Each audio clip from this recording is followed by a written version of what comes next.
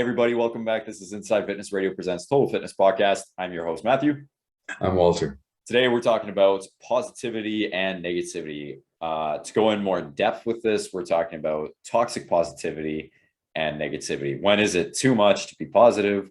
When is it too much to be negative? We brought this up because, Walter, you heard this term and you didn't really know what it meant, or you kind of knew what it meant? I knew what it meant, but the concept of toxic positivity is kind of frightening to me because it means now the pendulum is swinging over where what you're not supposed to be positive. How are you supposed to look at things? How does this work? And as a man who has spent a good part of my life with a bottle wallowing in my negativity, the thought of then having it be, well, that's okay. You can feel that way. Bothers me. So I think it's just something maybe I need to learn more. Generally, that's not a bad idea. But also, I think we have to be careful how we frame these things. Yes, you're allowed your emotions. Are you allowed to let your emotions create havoc in your life? I mean, you're allowed anything, but is that what you want? Because that's good for you. Yeah. I mean, we could basically end the podcast there. Okay. Thank you. Have a good night. With positivity, I mean, I was the same way with my depression. That it was like always victimizing myself, always super negative. And I can say that now looking back, and almost everybody I know that has kind of dug themselves out of the hole the same way I have. Again, everybody has different issues about what affects them. But again, depression is depression. There is a lot of negativity, wallowing, victimizing that goes into it because it's easier to, because it's so hard to deal with that stuff, which is not, again, we're not saying that's a horrible, bad thing. And it's like, you have to be instantly happy. You have to just get rid of it. Like, come on, what is there to be sad about? There's people over in so-and-so country that don't even have that, or like whatever it is, right? I think that's what toxic positivity is. But when it does come to negativity, there is a point where you have to really, truly look inward and say, what is this doing to me right now? Is it pushing me forward? Is it keeping me complacent, or is it pulling me back?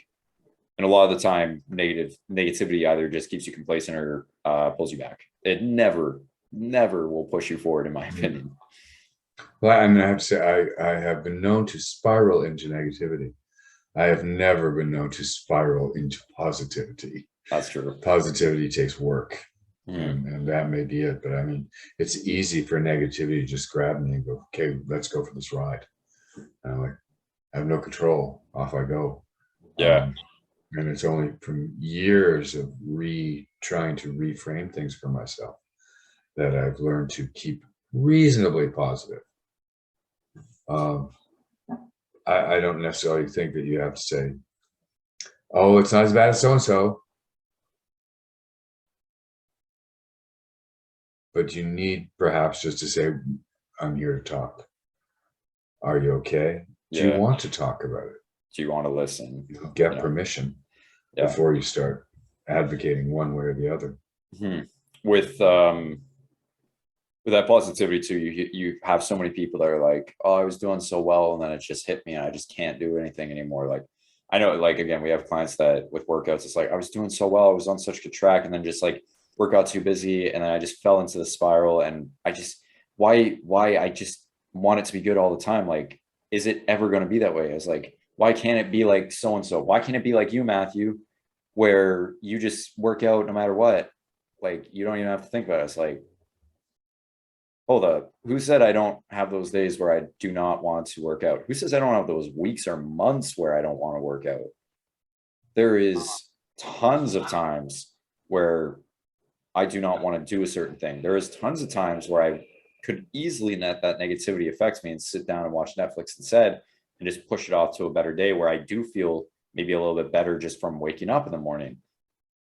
But who is that going to help? No one. And the person that needs that help is me.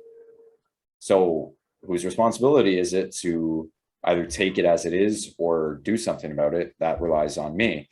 And that's where the thing comes in, which people never tend to understand when they're in that that cycle or that spiral is, it takes work and it's constant work and it will never really end. You will always have that, especially with mental health. It never goes away. You will have days of depression. You'll have days of major anxiety. Like all this sort of stuff. It never goes away. But is that not the same for everything else though? My fitness will go away if I don't keep putting at it. Yeah. My marriage will go away if I don't keep working at it. Everything I do, unless I do the work, the center doesn't hold, everything devolves. Mm-hmm. Right? Yeah. It's the same with work. I mean, you go to work, if you don't get your work done, you're fired. Why does that, like, what difference does it make if you're not working on yourself? You're basically just setting yourself up for a really bad time. Yeah. So why are you not going to put the work in when the one thing that truly does matter in life, you can get a new job, you can work on your fitness, almost every day, just by, you can start up by walking or, working on the diet. Like that's pretty easy to get back into. It doesn't have to be all at once. But the one thing you really do have to work on every single day to make sure that everything else is kind of in flow is your mindset, is your body and your spirit about things, which sucks. It sucks that you have to do that, but at the same time, everybody has to do that. You are not alone in this.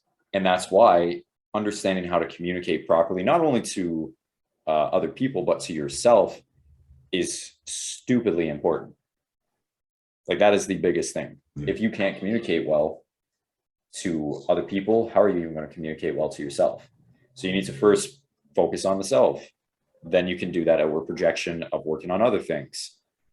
But if something is giving you that toxic positivity or that toxic negativity in your life, you do have to assess the situation and be like, is this a good spot for me to be in and to listen to?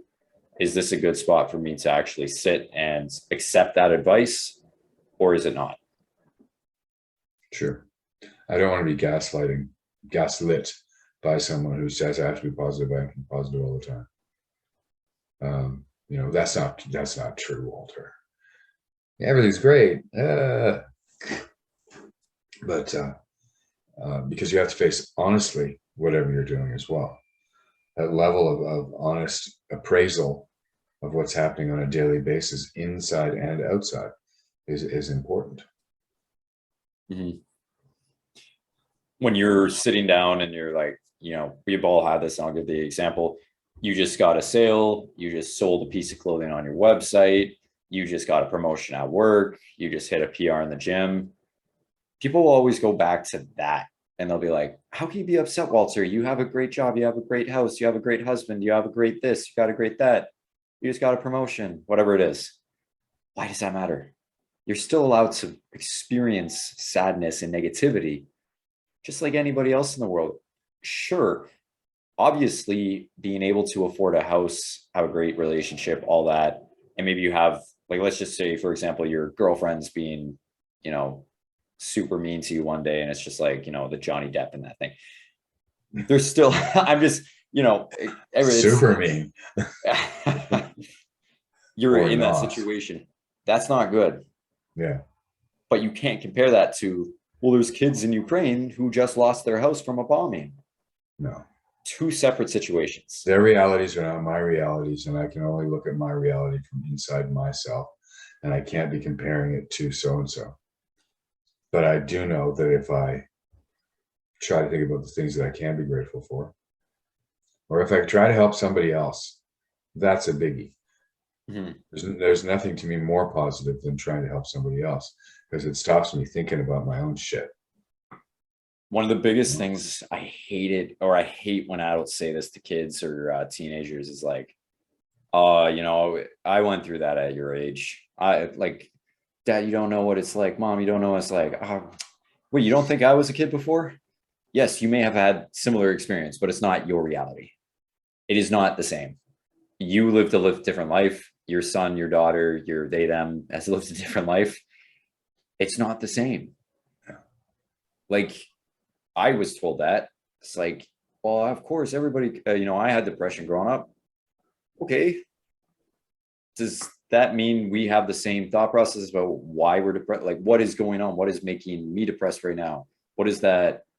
What can I do about it 50 years later than you were? Because my dad's, he hasn't been a teenager for 50 years. Yeah. So you look younger. I keep forgetting. Here's the thing. I agree with you to a certain extent, but on the other hand, I think if you discuss the emotion rather than the actual reality, Yeah. you will get somewhere. And yay, 12-step groups. When we talk about what's happening in our lives, talking about, I did this and this and this, and it was bad, that does no good. I felt horrible. I did this. It really made me feel shameful. It made me feel guilty. That is where you hit another person and they can go, okay, I do understand that. Yeah. But it has to be that it can't be worded as like, yeah. And it can't be your dad. It can't be your dad or your uncle or anything like that. They cannot help you. No. Ever. No. They can't even teach you to drive. But that's where that like toxic positivity, I guess that's where you could really define it, is like, It's okay. Everybody goes through this. It's like, you could word that so much better to people. Yeah. Look, man, I know you're going through it right now. Do you want an ear? Do you want me to listen? Do you need some advice? Like, relate to them, be empathetic, sympathetic, whatever it is. If you've never dealt with it, just be sympathetic. Like, man, that really sucks. Do you want some advice? Maybe I could help you out.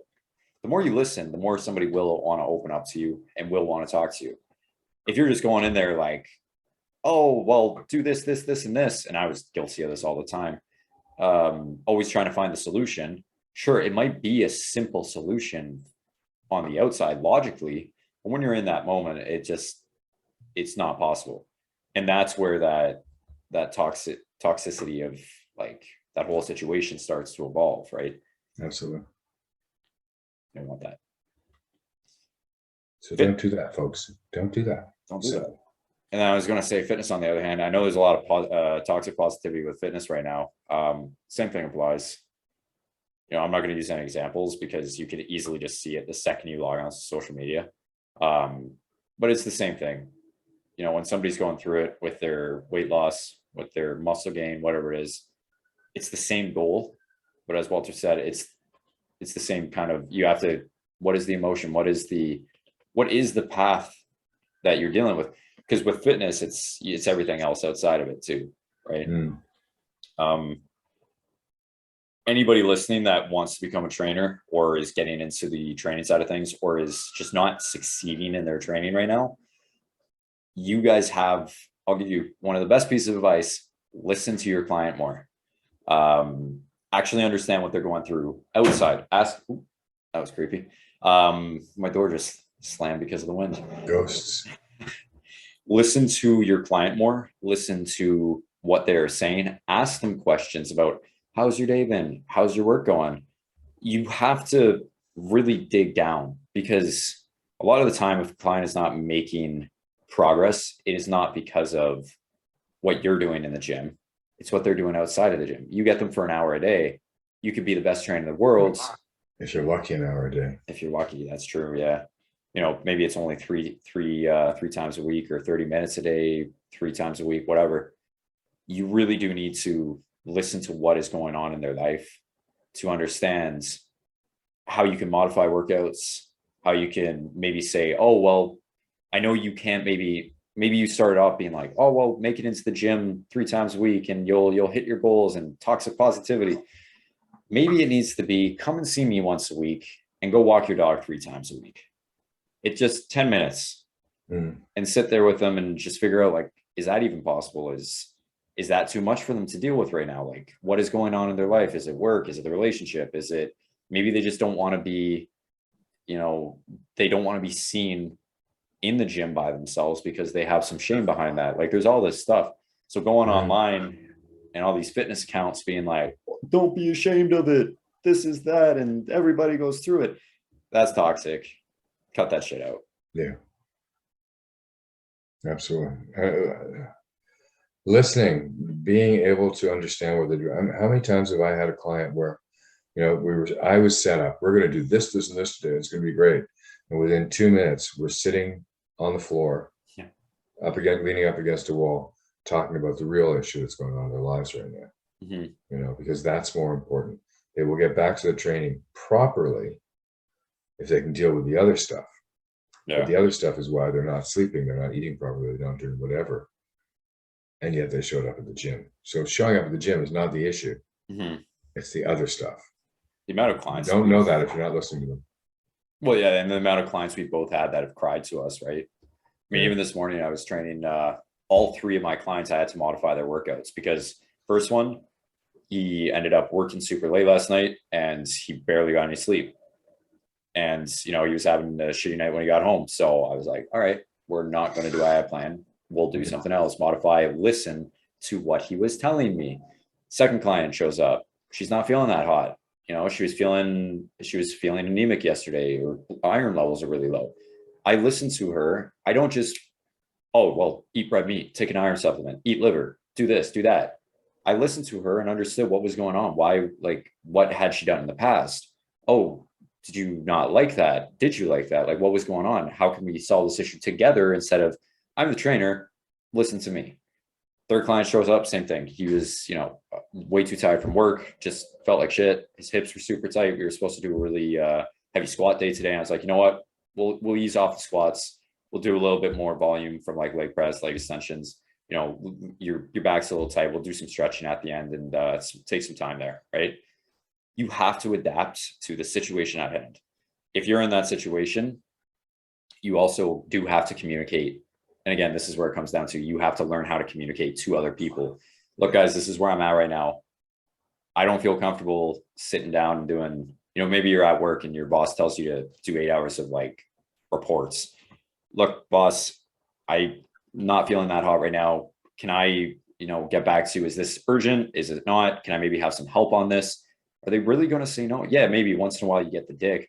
That just proves that you're in a toxic relationship. Get out of it.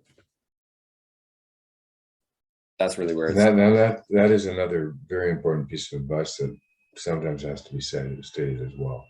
That if the job is driving you crazy that much, and you keep coming to me and saying the job's driving me crazy, the job's driving me crazy, the job's driving me crazy, maybe we need to look at what other job would not drive you crazy. What is wrong with this job that is doing this, and how do we fix that?